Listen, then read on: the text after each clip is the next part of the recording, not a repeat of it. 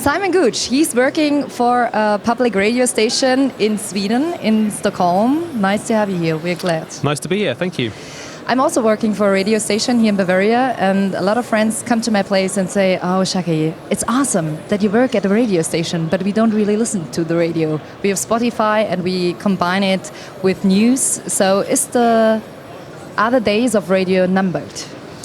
I don't think so, but you're absolutely pointing at one of the biggest challenges we have. I mean, what I'll be speaking about here today is exactly that. How do we create a listening habit for a sort of younger younger audience?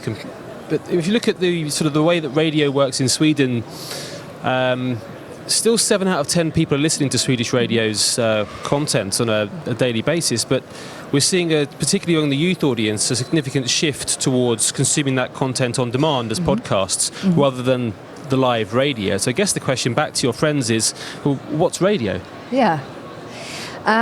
What can and should broadcasters learn from industries like Spotify? Oh, that's a really big question. Yeah. I think one of the most important things, whether it's Spotify, whether it's Apple, whoever we're looking at, I think one of the most important things to look at is this shift from programming for a 24-hour radio or TV schedule, turning that around and saying, okay, let's produce a lot of the pre-recorded programs we do. Make them digital first. That's what we've tried to do at Swedish Radio. Make all of our pre-recorded programs podcast first. Think of them as podcast formats, not as a show that's being part of a sort of a flowing transmission on the radio. But then also try to make sure that when you're doing things that are for the radio, that they use the things that make radio special, the personalities, the human connection, the fact that there are hundreds of thousands potentially of people listening to the same thing right now, that communal experience, all of those different things I think we have to be better at exploiting, is that the right word? At least creating content that uses the best parts of live FM radio or DAB radio, if you like. What was the latest development you're very proud of? Like one thing you're... At Swedish Radio? Yeah.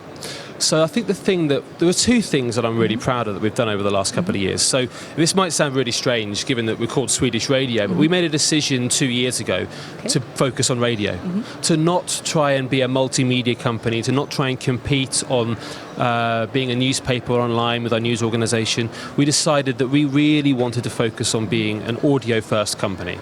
We're still going to produce text and pictures and graphics and so on, but they're there to support the audio.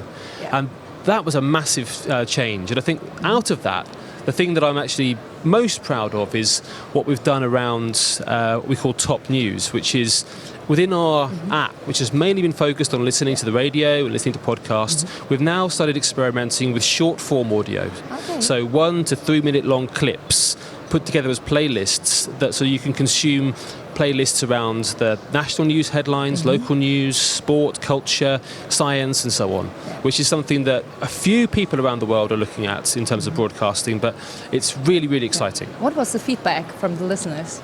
So the feedback from the listeners has been really interesting so far. What we're seeing is a really steady growth. It's been a project that we've worked on not as a sort of a big bang launch. We've gradually rolled out things and tested it over time. So the biggest thing we saw was when we added a tab in the menu of our app to just simply make it easily available. Here's the news. Yeah.